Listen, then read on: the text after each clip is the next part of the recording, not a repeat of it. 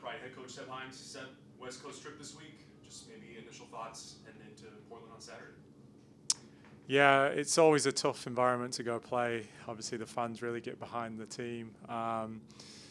We need to bounce back from two disappointing results. It hasn't been good enough, and yeah, it gives us a week to really prepare for this game and change things around. Obviously, Portland has always been a very tough place for you guys, especially. What outside of the fan environment, what has been just the thing that has kind of kept this team from finding success there? We're still trying to figure that out, and there's no better time to do it than this week. I do think the fans play a big part of it. Like, there's no other way of thinking about it. I think in moments and fine margins, it's come down to little intricate details. But it is a hostile environment. You have to play into that. You have to embrace those moments. The fans they're not rooting for you; they're against you, and I think big characters have to step up in those moments. And yeah, I think, like we said, we'll prepare accordingly for this matchup against a good Portland side who just got a positive result against Boston. I was going to say, what does this iteration of Portland look for you? What have you kind of seen from studying film and what they present? Yeah, I think their home form's always been good. The away form, bar the last game, for them was probably been disappointing.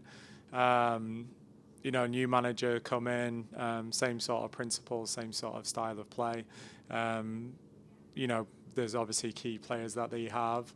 In Sophia Wilson, who's been a phenomenal player in the league and someone we have to be very mindful of and start because she's ultimately a goal scorer in this league.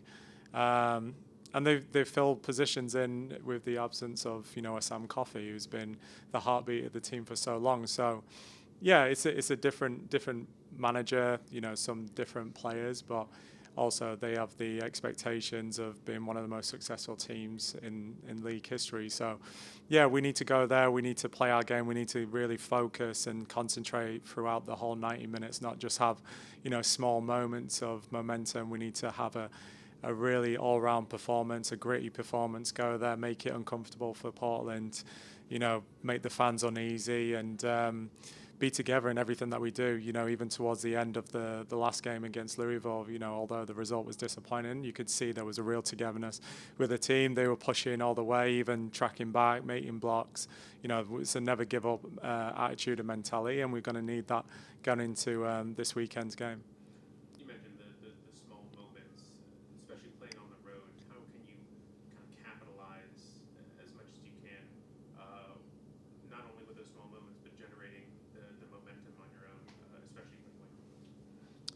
Yeah, Poland's a team that's set up for transition. They run forward, they pass forward. They've got some good players, kind of preventing those moments. Looking after the ball, valuing the ball, creating our own chances.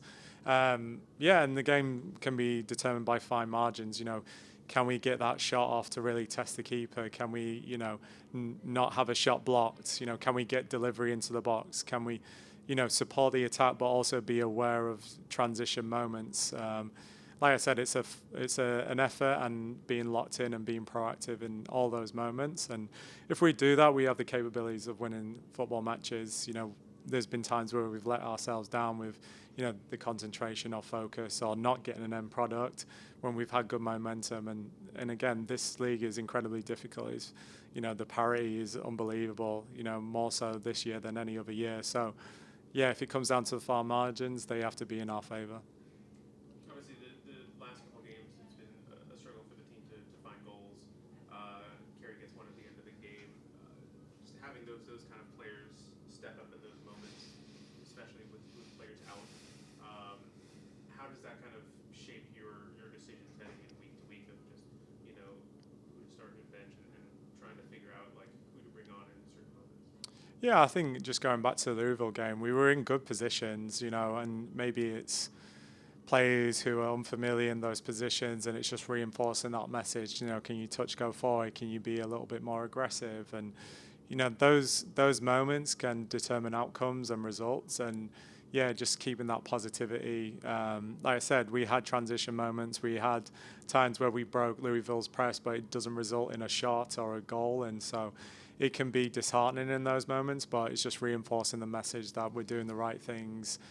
Can we be a little bit more positive in those moments? And, like I said, if you end up getting a shot off, that's success. That's a positive outcome. If we turn back, it plays into their hands because now they get numbers behind the ball. So that's just kind of where we're at, and we're just gonna, as a staff and coaches, we just have to keep reinforcing that message of taking your opportunities, even though we're progressing and trajectorying in the right way. Take more risks when we're in there. Really commit to your own, get in those moments, and then last couple of games, defensive transition as well. Like, can we be a little bit savvy, a little bit more proactive? Can we win the ball after we've lost it and kind of negate any sort of opportunities for the opponent?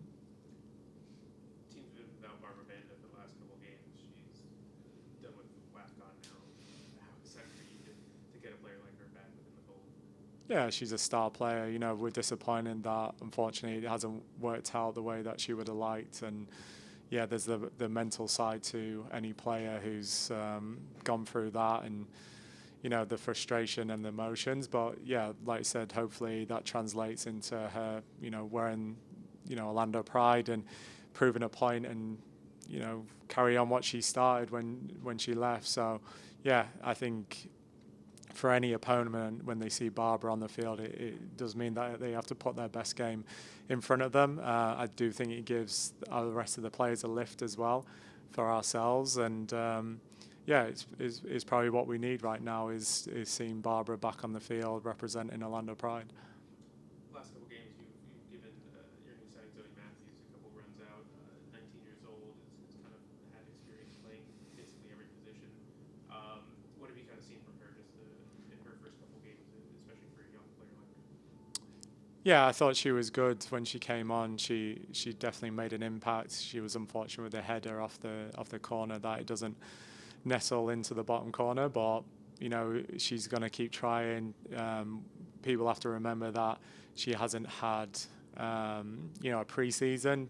She's arrived from Europe and she's come straight into mid-season here in NWSL. So it does take some time, fitness, and the transitions and the physical load on a player is a lot, and it's the same for Gabby as well. We have to make sure we're setting up our players up for success. And although she was on the bench this last game, she wasn't quite ready. She hasn't had training environment where she's had contact, so it would have been too much for her. But just having to have that experience of what it's like on match day and how warm-ups happen, and puts her in a good place to then already having gone through that anyway. So yeah, there are two players who have come to the club mid-season, not quite there yet, but progressing in the right direction.